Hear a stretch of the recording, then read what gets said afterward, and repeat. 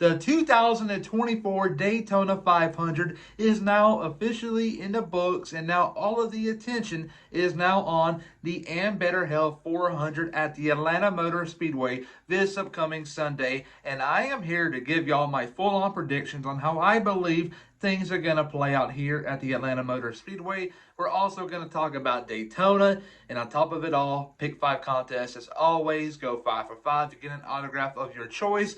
And if you go 4 for 5, you get an unsigned hero card, and it's all by your choice. If you want a certain driver, you get it. So get your comments down below to be entered, and on to the intro we go. I'm Chase Briscoe, driver number 14 Ford Mustang for Stewart Haas Racing, and you're watching William Blackwell on YouTube.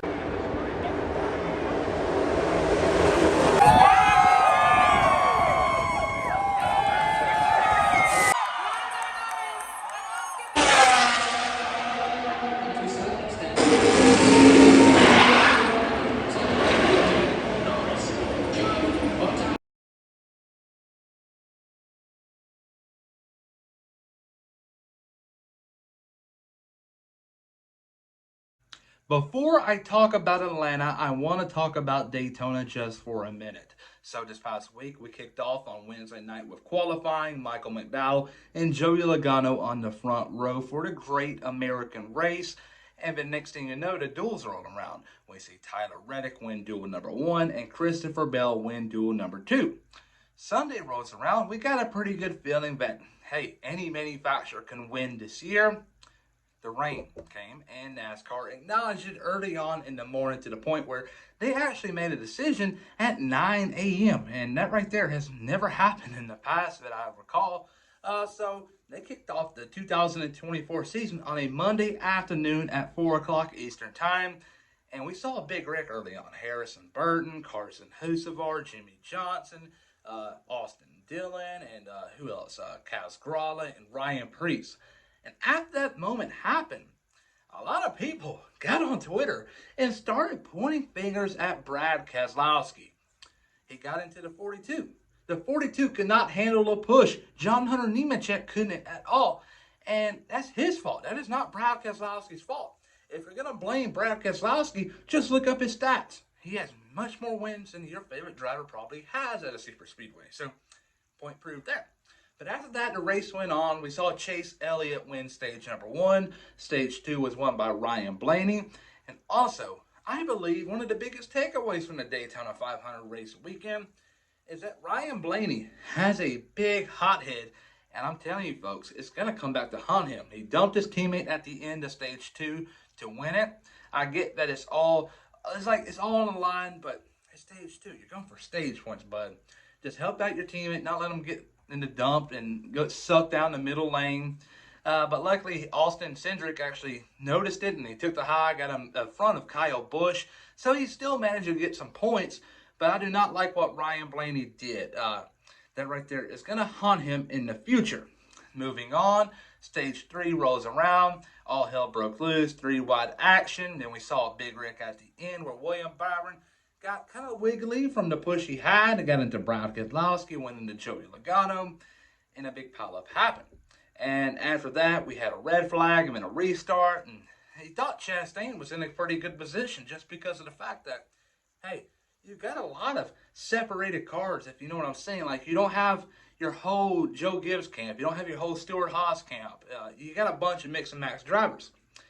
Hendrick Motorsports is all right there, but they only had 3 drivers. So he had a pretty good feeling about Chastain, but when they went to take the white flag, he was making an aggressive move, which you have to. You want to win the Great American Race, the Daytona 500. He got turned. Him and Austin Cindric went into the infield. They came back out, had a big wreck, and William Byron won the race. And they went back to scoring loop. And if they would have went by caution light, Alex Bowman would have been the race winner. But you know what? He wasn't, and William Byron won, so kudos to him. And what's crazy about this is we're now going to the Atlanta Motor Speedway, a track he won at last summer. He also won in 2022 the first ever race on a new configuration. So could he go to Atlanta this weekend to win another race there and to repeat in 2024? Time will tell. This upcoming weekend is the Ambetter Health 400 at the Atlanta Motor Speedway, and here's who I got winning the race. And it's going to be the 24 car of William Byron from Hendrick Motorsports. He won the Daytona 500 this past weekend. He won the Summer Atlanta race last year, and he also won the race in 2022. William Byron has a good track record at the Atlanta Motor Speedway, so he'll win yet another time at the track. Second place is going to be the one car of Ross Chastain. Should have won the Daytona 500 in my opinion, and should have also won the 2022 spring race here at the Atlanta Motor Speedway. He's going to have a good result. Second place will be it. Third place is going to be Brad Keselowski, and he's always been good here in the past. He should have won the 2023 spring race here at Atlanta. Lagana won it, so Brad Keselowski is going to want to turn things around in the year of 2024 at the Atlanta Motor Speedway.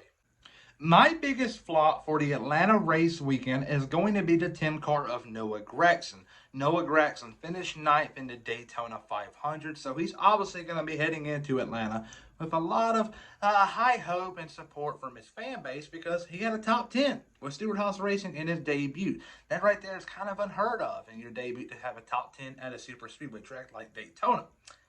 He's going to suck though. He's my biggest flop.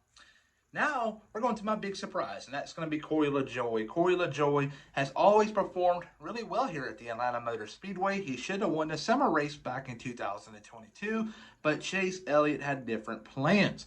Now, my bold prediction of the weekend is going to be that stage one will go caution-free. A lot of people may go on down in the comment section below and say, hey, this is going to happen. I just don't think it's going to happen. I believe that it's going to run the first stage double wide and not wreck at all. I think it's going to be fairly clean. So overall, I got William Byron winning the Ambetter Health 400 at the Atlanta Motor Speedway, and Ross Chastain coming home in second place, and Brad Keselowski coming home in third place. And my biggest flop of the race weekend is going to be the 10 car of Noah Gragson. And my biggest surprise is going to be Corey LaJoie. And my bold prediction of the weekend, there will be no caution in stage number one. And the weather for this weekend at the Atlanta Motor Speedway looks phenomenal. And it's going to be sunny and clear from Friday through Sunday. So there's going to be no interference with qualifying for any of the series out there, which you're going to have the trucks and Xfinity. So Mother Nature right now is 2-0 against NASCAR this year. Rained out the Clash, and they had to move it up in time to 5-hour notice, and had a racing in one day. Daytona 500 got pushed to Monday from Sunday. So right now, Mother Nature's 2-0, but they're finna go 2-1 because Atlanta forecast looks great. So I'm going to be at the track this upcoming weekend. I'm going to grab some things for giveaways, so stay tuned for that. But hopefully you have a great and phenomenal day, and I'll see you guys tomorrow.